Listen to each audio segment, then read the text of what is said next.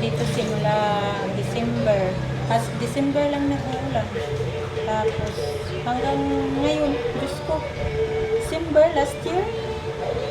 Hanggang ngayon May na, mag-June na wala pang ulan talaga dito. Wala kaming tubig dito. Iigib lang kami dun sa squatter, sa looban. Hirap mag-antay lang tayong ulan. Tapos ipangbuti na ang limit mo na etc. Kaya nag-iigib talaga, no choice. Nag-iigib kami. Ito, timba na to, hindi na ito matanggal guys. Talagang luma na to.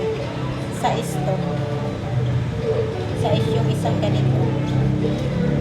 Parang 13 liters to. 13 liters. Isang ganito, sais. Iigib kami, pangligo, panghugas ng plato, pang ano namin, pang etc. Panglaba. Ganito, dalawang ganito na puno yung panglaba namin.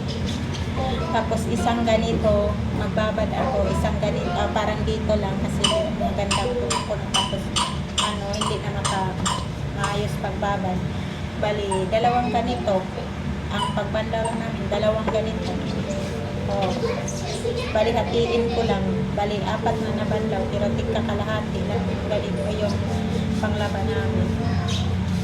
Pang-4 yung downing. Diba guys, ganito kahirap sa Manila. Pag wala kang tubig, tapos dito kasi nakatira lang kami dito. Libre kami ng bahay, kuryente. Yung tubig lang sa amin. Tubig. Pagkain. Kaya yun, nangyayari sa buhay ng mahirap na kahirapan ko. Oo.